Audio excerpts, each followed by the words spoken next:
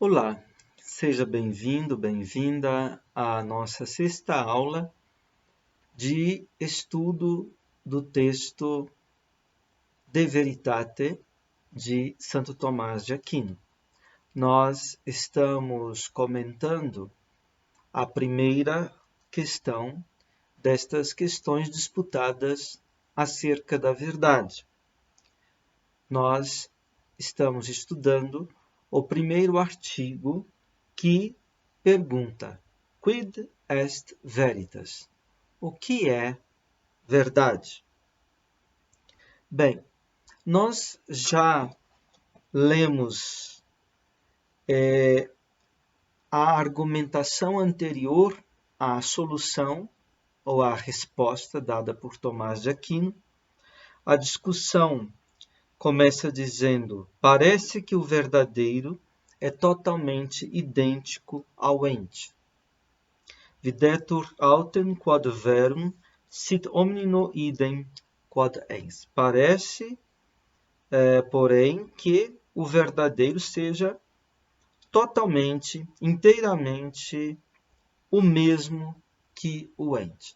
Então foram dadas vários argumentos que procuram mostrar que o ente e o verdadeiro são o mesmo.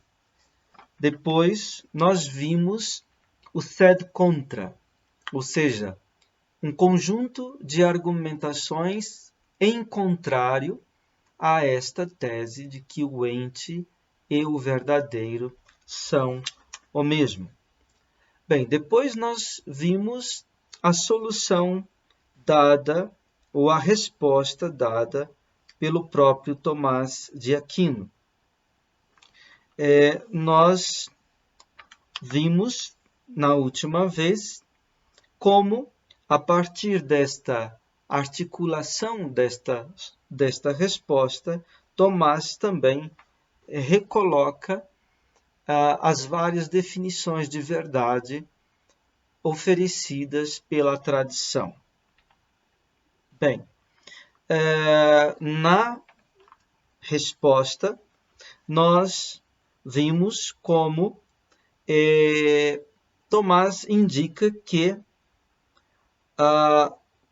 o verdadeiro e o ente não podem ser entendidos como uma diferença e um gênero. Não é uma natureza que é acrescentada como se acrescenta uma diferença a um gênero. Por exemplo, temos o gênero animal e se acrescenta a diferença racional, para podermos definir a espécie homem. Não é deste modo que o ente e o verdadeiro se relacionam.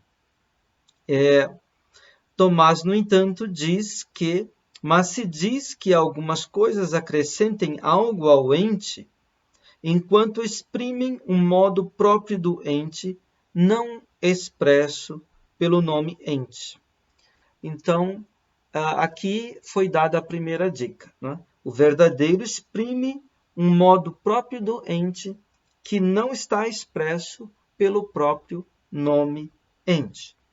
Bem, os modos do próprio ente que podem ser acrescentados, Tomás coloca dois tipos de modos.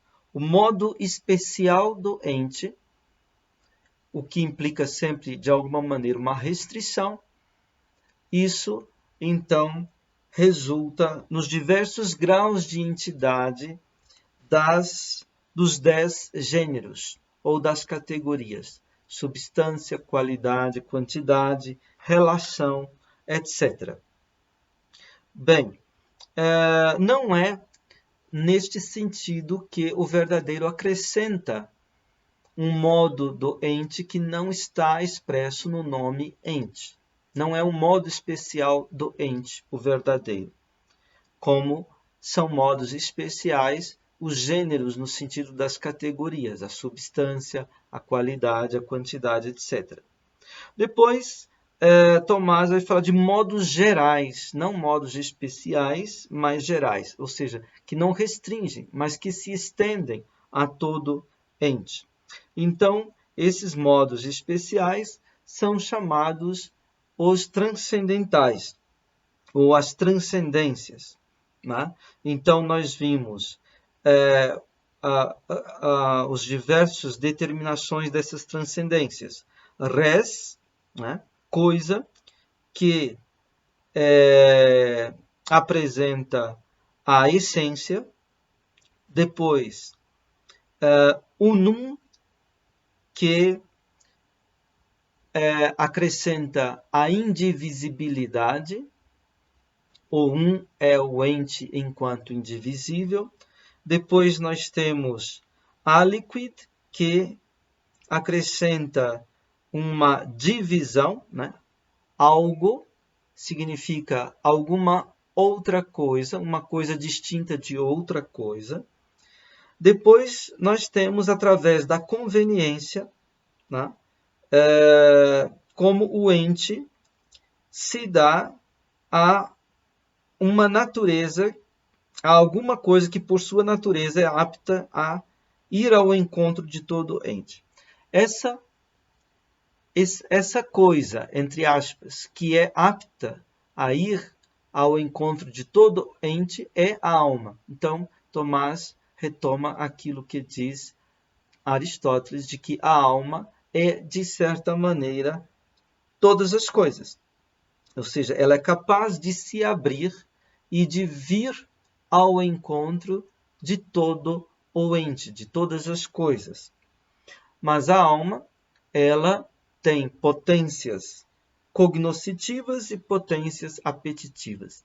Então, aí que entra a determinação do bom. Né? O bom é o ente enquanto vem ao encontro da alma na perspectiva das potências apetitivas, e o verdadeiro, que é o ente enquanto vem ao encontro da alma na perspectiva das potências cognoscitivas.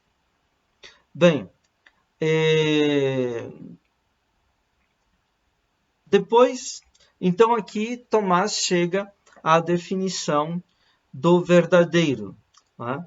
O que o verdadeiro acrescenta ao ente? Veja bem, não como uma natureza extra, fora do ente, mas como um modo de ser do ente. Né? Acrescenta justamente esta concordância ou adequação ou conveniência ou conformidade do ente com o intelecto. E aí nós temos a razão ou a noção fundamental de verdadeiro, no sentido de a verdade é a adequação entre a coisa e o intelecto. E nós vimos então as várias definições de verdade em vários sentidos, né? Aquelas definições de verdades, né? A primeira definição de verdade é aquela que leva em consideração o fundamento do verdadeiro, as coisas elas mesmas. Então, nessa linha desse primeiro tipo de definição vão as definições, primeiro de Agostinho, que diz verdadeiro é o que é. Depois de Avicena, a verdade de qualquer coisa é a propriedade do ser que lhe é assinalada. E ainda outra de Avicena, o verdadeiro é a indivisão do ser e daquilo que é. A segunda definição, ela tem em vista a própria noção, a própria razão fundamental do verdadeiro ou da verdade. Aí temos a definição de Isaac Israelis, a verdade é a adequação da coisa e do intelecto. Temos a definição de Anselmo, A verdade é a retidão perceptível só pela mente. E temos a definição de Aristóteles, ou a indicação de Aristóteles de que definimos o verdadeiro quando dizemos que é aquilo que é e que não é aquilo que não é. Depois nós temos um terceiro tipo de definição da verdade, que nesse sentido são apresentadas as definições de Hilário, de que o verdadeiro é declarativo e manifestativo do ser, e a indicação de Agostinho de que a verdade é aquilo pelo qual se mostra o que é. Bem, e ainda de Agostinho, a verdade é aquilo pelo qual julgamos as coisas inferiores. Aqui temos em mente a consequência, o efeito consequente da verdade, o caráter do conhecimento, o caráter manifestativo, declarativo do verdadeiro ou da verdade. Bem, isso nós vimos na resposta de Tomás. Agora vamos passar para as respostas às objeções. Então, nós vamos retomar a argumentação inicial que dizia que o ente e o verdadeiro são o mesmo, sem nenhuma diferença, né? Então, Tomás vai responder a isso. Nós tínhamos 7 argumentos que iam nessa direção, de dizer que o ente e o verdadeiro são o mesmo, que não há diferença entre ambos. E Tomás, então, vai dar 7 respostas a esses 7 argumentos. Então, vamos recordar a primeira objeção lá no início, né? No texto que nós temos, páginas 138 e 139. Ela diz assim, essa objeção: Agostinho diz que o verdadeiro é aquilo que é, mas aquilo que é precisamente o ente. Portanto, verdadeiro significa totalmente o mesmo que ente. Bem, vamos ver o que Tomás responde a isso. Tomás responde na página 150 e 151. Ele diz assim: aquela definição de Agostinho, que definição? Que o verdadeiro é aquilo que é. Aquela definição de Agostinho é dada à verdade segundo o seu fundamento na realidade, e não segundo o cumprimento da noção de verdadeiro na adequação da coisa ou ao intelecto, né? Então, trata-se da definição de verdade segundo o que a verdade tem de fundamento na coisa. O fundamento da verdade está na própria coisa. Por isso que Agostinho diz que o verdadeiro é aquilo que é. Bem, então, essa definição de Agostinho, ela não tem em mente a própria ratio veri, a própria razão do verdadeiro, ou seja, a essência do verdadeiro, aquilo pelo que o verdadeiro é verdadeiro, a saber, a adequação da coisa ao intelecto. Inadequatione rei ad intellectum, diz Tomás de Aquino. Depois ele diz: ou também se pode dizer que, ao se afirmar que o verdadeiro é aquilo que é, o é não indica o ato de ser, mas é uma nota do intelecto componente, significando assim a afirmação da proposição, de modo que o sentido é: o verdadeiro é aquilo que é, ou seja, quando de alguma coisa que é, disse que é, e assim a definição de Agostinho coincide com a citada de Aristóteles. Bem, então, Tomás apresenta então uma outra indicação. Se pode dizer que, ao se afirmar que o verdadeiro é aquilo que é, o é não indica o ato de ser, né? não está falando do é do ente na natureza das coisas. Não se trata, portanto, do ato de ser, actus essendi. Não se trata do exercício de ser por parte do ente. O aqui, portanto, precisa ser entendido não em referência à coisa no seu ato de ser, mas em referência ao intelecto. Ao intelecto, bem, Tomás dirá que o intelecto ele é capaz de realizar 3 operações. A primeira operação é a simples apreensão, como quando o intelecto capta a essência de alguma coisa. Né? Se eu conheço um ente, né? Digamos, eu conheço que este ente é um cão, é um cachorro. Né? A apreensão deste cachorro enquanto cachorro, então essa apreensão da essência, o que é este ente. Né? Então essa é a primeira operação do intelecto. Aí temos uma operação simples, é uma captação direta, simples. Não há nenhuma composição nesta captação. Bom, mas o intelecto realiza também uma segunda operação, que é a operação de compor e dividir. Né? Então, se fala de um intelecto componente e divisor. Né?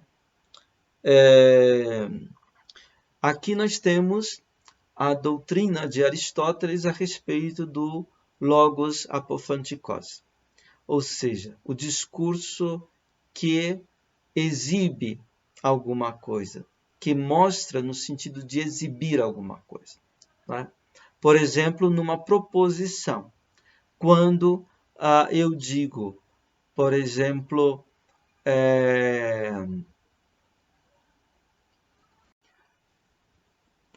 se eu digo o sol é dourado, né? Ou o ouro é amarelo. Então, nós temos aí uma proposição, ou se quisermos um enunciado ou um juízo. Né? Bem, essa proposição, ela tem uma duplo aspecto de composição e de divisão. Então, aquilo que Aristóteles chamava de síntese e de airesis. Síntese, que quer dizer composição. Né? Teses em grego significa posição, syn, composição, síntese. Né?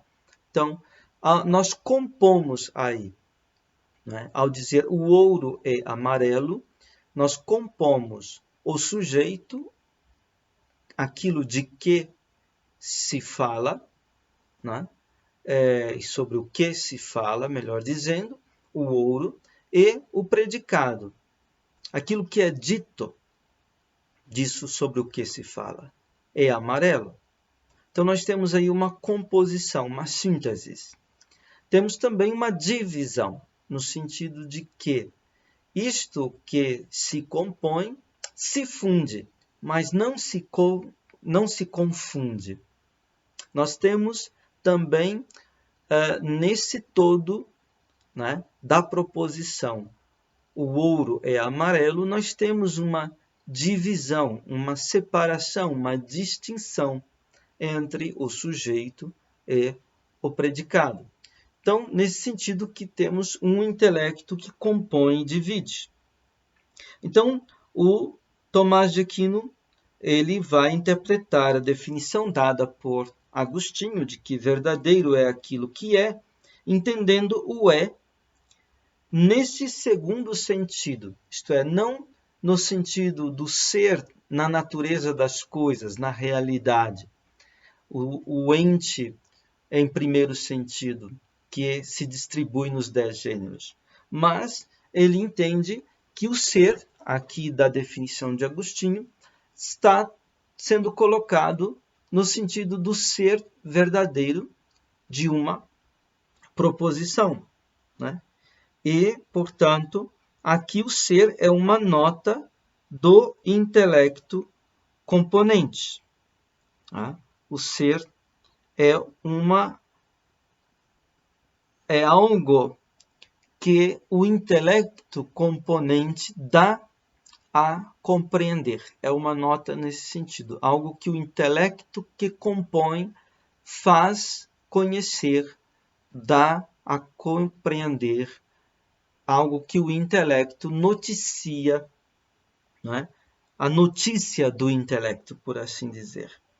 Então, o ser é interpretado por Tomás de Aquino, ser da definição de Agostinho nesse sentido. E é aí que Tomás de Aquino concilia a definição dada de Agostinho com a definição dada por Aristóteles. Quando, no quarto livro da Metafísica, Aristóteles diz que definimos o verdadeiro quando dizemos que é aquilo que é, ou que não é aquilo que não é. Né? Então, esta concordância entre o dizer e o ser, né, é a verdade. Quando dizemos que é o que não é, e dizemos que não é, quando dizemos que é o que é, e quando dizemos que não é o que não é. Temos a verdade. Temos a não verdade, o não verdadeiro, o não ser no sentido do não verdadeiro, se quisermos o falso, quando dizemos que é aquilo que não é, ou que dizemos que não é aquilo que é. Né? Então, aí neste caso, temos o não ser no sentido do não verdadeiro. Então, para Tomás de Aquino, a definição de Agostinho, verdadeiro é aquilo que é, né? Coincide com a definição de Aristóteles, de que verdadeiro é quando dizemos que é aquilo que é e que não é, ou que dizemos que não é aquilo que não é. Esta a primeira resposta de Tomás de Aquino. A segunda objeção, ela dizia: objetou-se que são idênticos na realidade, o ente e o verdadeiro, mas diferem segundo a razão, conceitualmente. Replica-se. Então, havia um objetor, né, que dizia, olha, o ente e o verdadeiro são o mesmo segundo os supósita, aquilo que está posto por debaixo, aquilo que está subjacente na realidade. Mas diferem ratione, diferem segundo a razão, segundo o conceito, neste caso. Né? Mas aí o objetor, ele ia contra esta posição, dizendo: a razão de qualquer coisa, razão significa aqui, o que faz com que uma coisa seja o que ela é, a sua essência, portanto a razão e a essência é a mesma coisa, é aquilo que é significado pela sua definição. A essência é aquilo que é significado pela definição. Por exemplo, a razão do homem é a essência do homem, a quididade do homem, aquilo que é significado na sua definição. Definição de homem, a definição se faz partindo de um gênero próximo, acrescentando-se uma diferença específica. Portanto, a definição de homem nós temos animal racional. O homem é um animal racional. Ora, aquilo que é apontado por Agostinho como a definição do verdadeiro, refutadas algumas outras definições. Portanto, Como o verdadeiro e o ente identificam-se com aquilo que é, parece que se identificam conceitualmente. Isto é, o verdadeiro e o ente são o mesmo, não somente na realidade, mas também no conceito. O conceito de ente e o conceito de verdadeiro é o mesmo conceito, aquilo que é. Né? Então, esta a argumentação que foi proposta em segundo lugar no comecinho, né? Aquelas objeções que elas defendiam que o verdadeiro era idêntico ao ente. A esta objeção, Tomás responde simplesmente ad secundum patet solutio ex dictis. Né? Ao segundo argumento que foi colocado como objeção, basta, né, está suficientemente clara a solução que foi dita, né, conforme que foi dito, o que acabou de ser dito. Né, que verdadeiro é aquilo que é, não está se referindo não está se referindo à noção de verdadeiro, à razão do verdadeiro, no sentido da adequação da coisa ao intelecto. Verdadeiro é aquilo que é, está se referindo ao fundamento do verdadeiro nas coisas mesmas, na realidade ela mesma. Né? Depois nós temos a terceira objeção. Ela dizia: tudo aquilo que difere conceitualmente é tal que um pode ser entendido sem o outro. Daí que Boécio diz poder-se entender que Deus existe, ainda que por um instante separe com o intelecto a sua bondade. O ente, no entanto, de modo algum pode ser entendido se dele se separar o verdadeiro, pois é entendido principalmente por ser verdadeiro. Portanto, o verdadeiro e o ente não diferem conceitualmente. Né?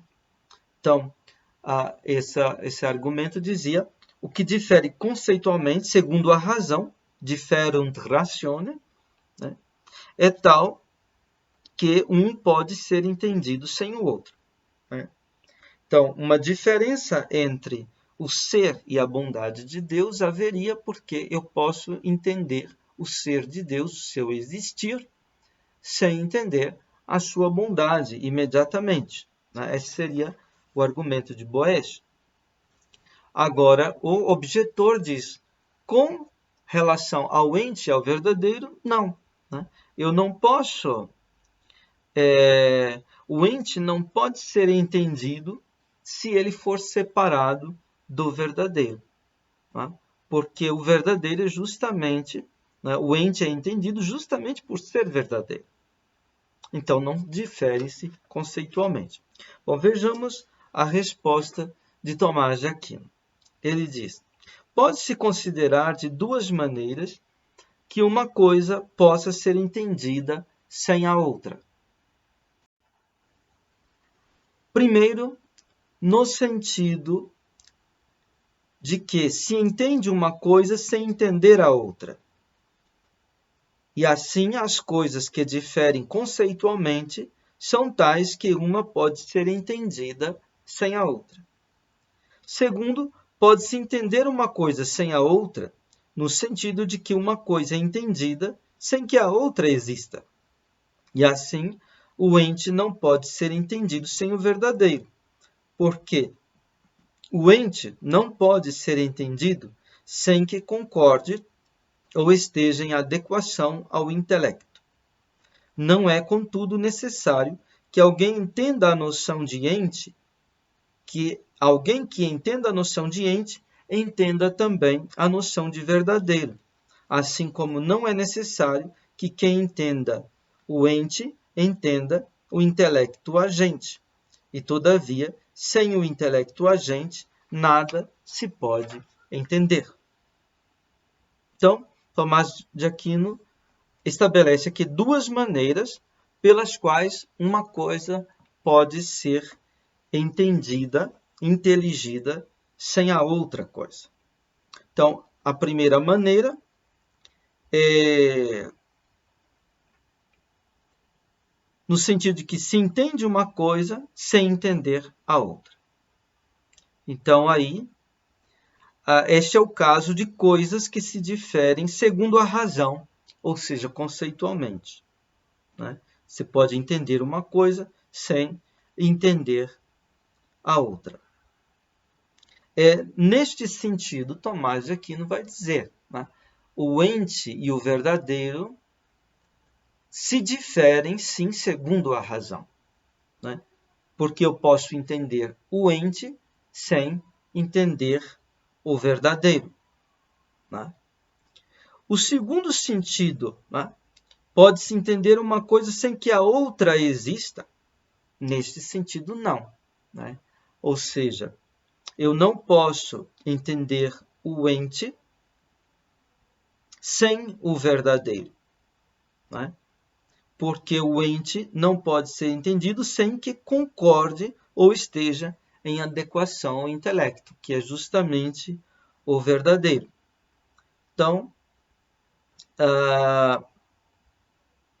Tomás de Aquino vai colocar, sim, uma diferença de noção, há sim uma diferença conceitual de razão, né, entre o ente e o verdadeiro. Eu posso entender o ente sem entender a noção de verdadeiro. Melhor, posso entender a noção de ente, isto que é, sem entender a noção de verdadeiro, né, que implica a concordância ou a adequação entre a coisa que é e o intelecto. Né? Agora, eu posso entender isso, né, sem entender.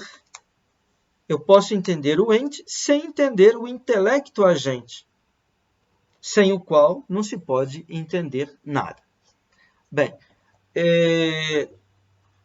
essa noção de intelecto agente, né, traduz o grego intellectus agens dos latinos, traduz o que Aristóteles chama de nous poietikos, né? Algo assim como o intelecto poético, o intelecto que produz, tá? O intelecto que produz no sentido de que é aquele intelecto que abstrai os inteligíveis contidos em potência nas imagens dos objetos sensíveis. Né? Então, nós temos as coisas sensíveis, elas emanam de si uma espécie sensível, uma imagem, um aspecto sensível, e o intelecto agente é capaz de abstrair desse aspecto sensível o que há de inteligível. Né? Então, esse é a sua função é justamente realizar esta abstração. Sem esta abstração do inteligível, em referência às coisas sensíveis e seus aspectos, nós não chegamos a entender o que quer que seja. Né? Agora, nós podemos entender, sim, o ente, sem entender o intelecto agente, sem o qual não podemos entender nada. Né? É o que Tomás de Aquino está dizendo na resposta da terceira objeção. A quarta objeção. Vamos recordar qual era a quarta objeção. Ela dizia o seguinte: se o verdadeiro não for idêntico ao ente, então é necessário que seja uma disposição do ente. Ora, não pode ser uma disposição do ente. Não é disposição totalmente corruptiva, pois então valeria a proposição: é verdadeiro, logo não é ente. Como vale a seguinte: é um homem morto, logo não é um homem. Analogamente, não é uma disposição subtrativa, pois então não valeria. É verdadeiro, logo é. Como não vale, tem dentes brancos, portanto é branco. Analogamente, não é uma disposição restritiva ou especificadora, porque não seria convertível com o ente. Portanto, o verdadeiro e o ente são, em tudo, idênticos. Então, esta era a objeção, né, de que, se o verdadeiro não for idêntico ao ente, é necessário que o verdadeiro seja uma disposição do ente. Mas a objeção dizia, não será uma disposição que corrompe, né? Como, por exemplo, nós dizemos um homem morto. Né? Essa disposição morto é uma disposição que corrompe o sujeito, homem. Ou teríamos, então, o verdadeiro não poderá ser uma disposição que corrompe. Né?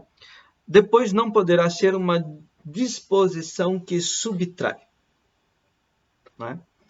Que apresenta, retira alguma coisa, né? Que implica uma negação. Né?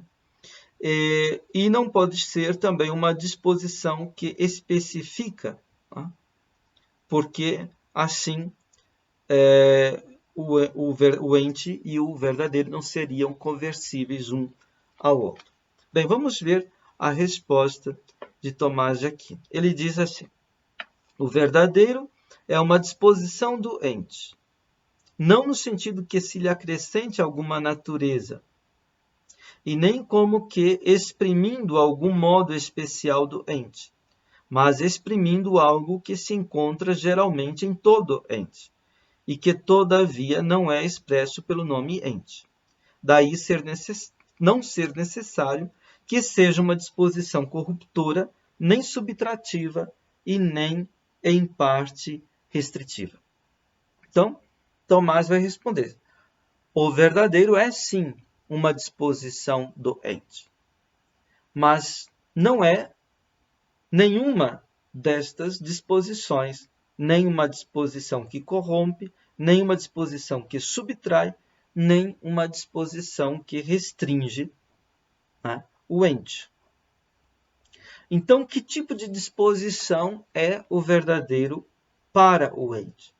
Ela é uma disposição que acrescenta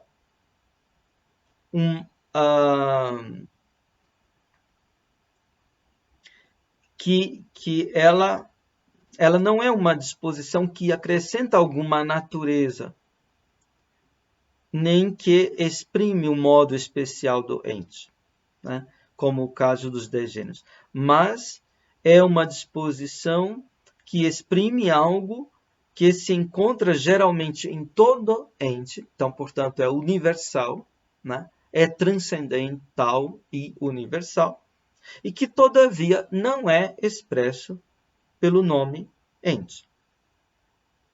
Então, é uma disposição que acrescenta alguma significação que não estava expressa no nome ente. Essa disposição é justamente a conveniência do ente ao intelecto, a concordância do ente com o intelecto. A quinta objeção, ela ia um pouco na mesma direção. Ela dizia assim: uma só disposição implica identidade. Assim diz Aristóteles, segundo o livro da Metafísica, capítulo 1. A disposição de uma coisa no ser é como sua disposição na verdade. Portanto, o verdadeiro e o ente são em tudo idênticos. Bem, a resposta de Tomás de Aquino é a seguinte: a disposição não é entendida aqui segundo o gênero da qualidade, mas segundo comporta uma certa ordem. Como, pois, aquelas coisas que são para os outros causa do ser, são maximamente entes. E aquelas que são causa da verdade são maximamente verdadeiras. O filósofo conclui que idêntica é a ordem de uma coisa no ser e na verdade. Contudo, isso não procede porque o ente e o verdadeiro identificam-se conceitualmente, mas porque quanto mais entidade tiver uma coisa, tanto mais será capaz de adequar-se ao intelecto, e assim a noção de verdadeiro segue-se à noção de ente.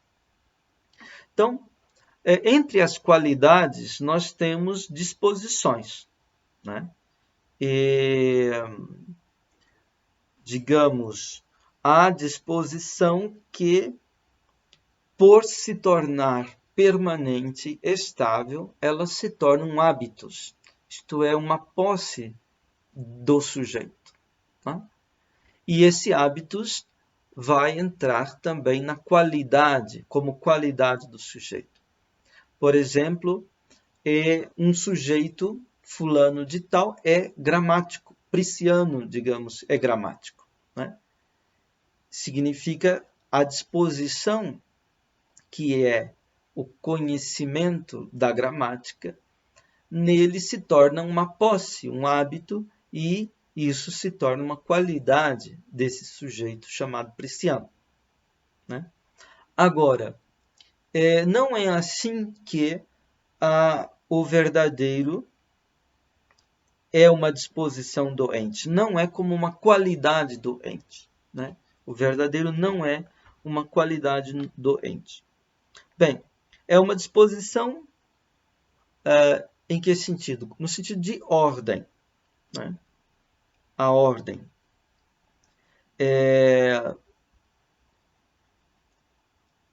Há uma certa correspondência na ordem do ser e na ordem da verdade. Aquelas coisas que são maximamente entes são causa dos demais entes, na ordem do ser. E aquelas coisas que são maximamente verdadeiras são causa dos verdadeiros, na ordem da verdade. Então, isso acontece, porém, né? Quer dizer, há uma mesma ordem na ordem do ser e na ordem da verdade. O que é máximo é causa do que vem depois, daquilo que não é máximo. Né? Então, é a mesma ordem. Isso não implica que seja o mesmo conceito de ente verdadeiro, que no sentido de ratio, né, do conceito seja o mesmo. Que se identifiquem conceitualmente o ente e o verdadeiro. Né? Porque quanto mais entidade tiver uma coisa, tanto mais será capaz de adequar-se ao intelecto. É por isso, né, que há esta mesma ordem. Né? Quanto mais uma coisa tiver um grau de entidade maior, tanto mais ela será verdadeira, isto é, tanto mais ela será capaz de adequar-se ao intelecto. Tanto mais ela será clara, inteligível, por assim dizer. E assim, a noção do verdadeiro segue-se à noção de ente. Quanto maior o grau de entidade, maior o grau de verdade. Né? O grau de verdade segue ao grau de entidade também. Então, nós vimos hoje 5 objeções e 5 respostas às 5 objeções. Ficaram faltando a 6ª e a 7ª objeção e as respostas a estas objeções. Vamos deixar para a próxima aula. Agradeço pela atenção e também pela paciência. Até a próxima.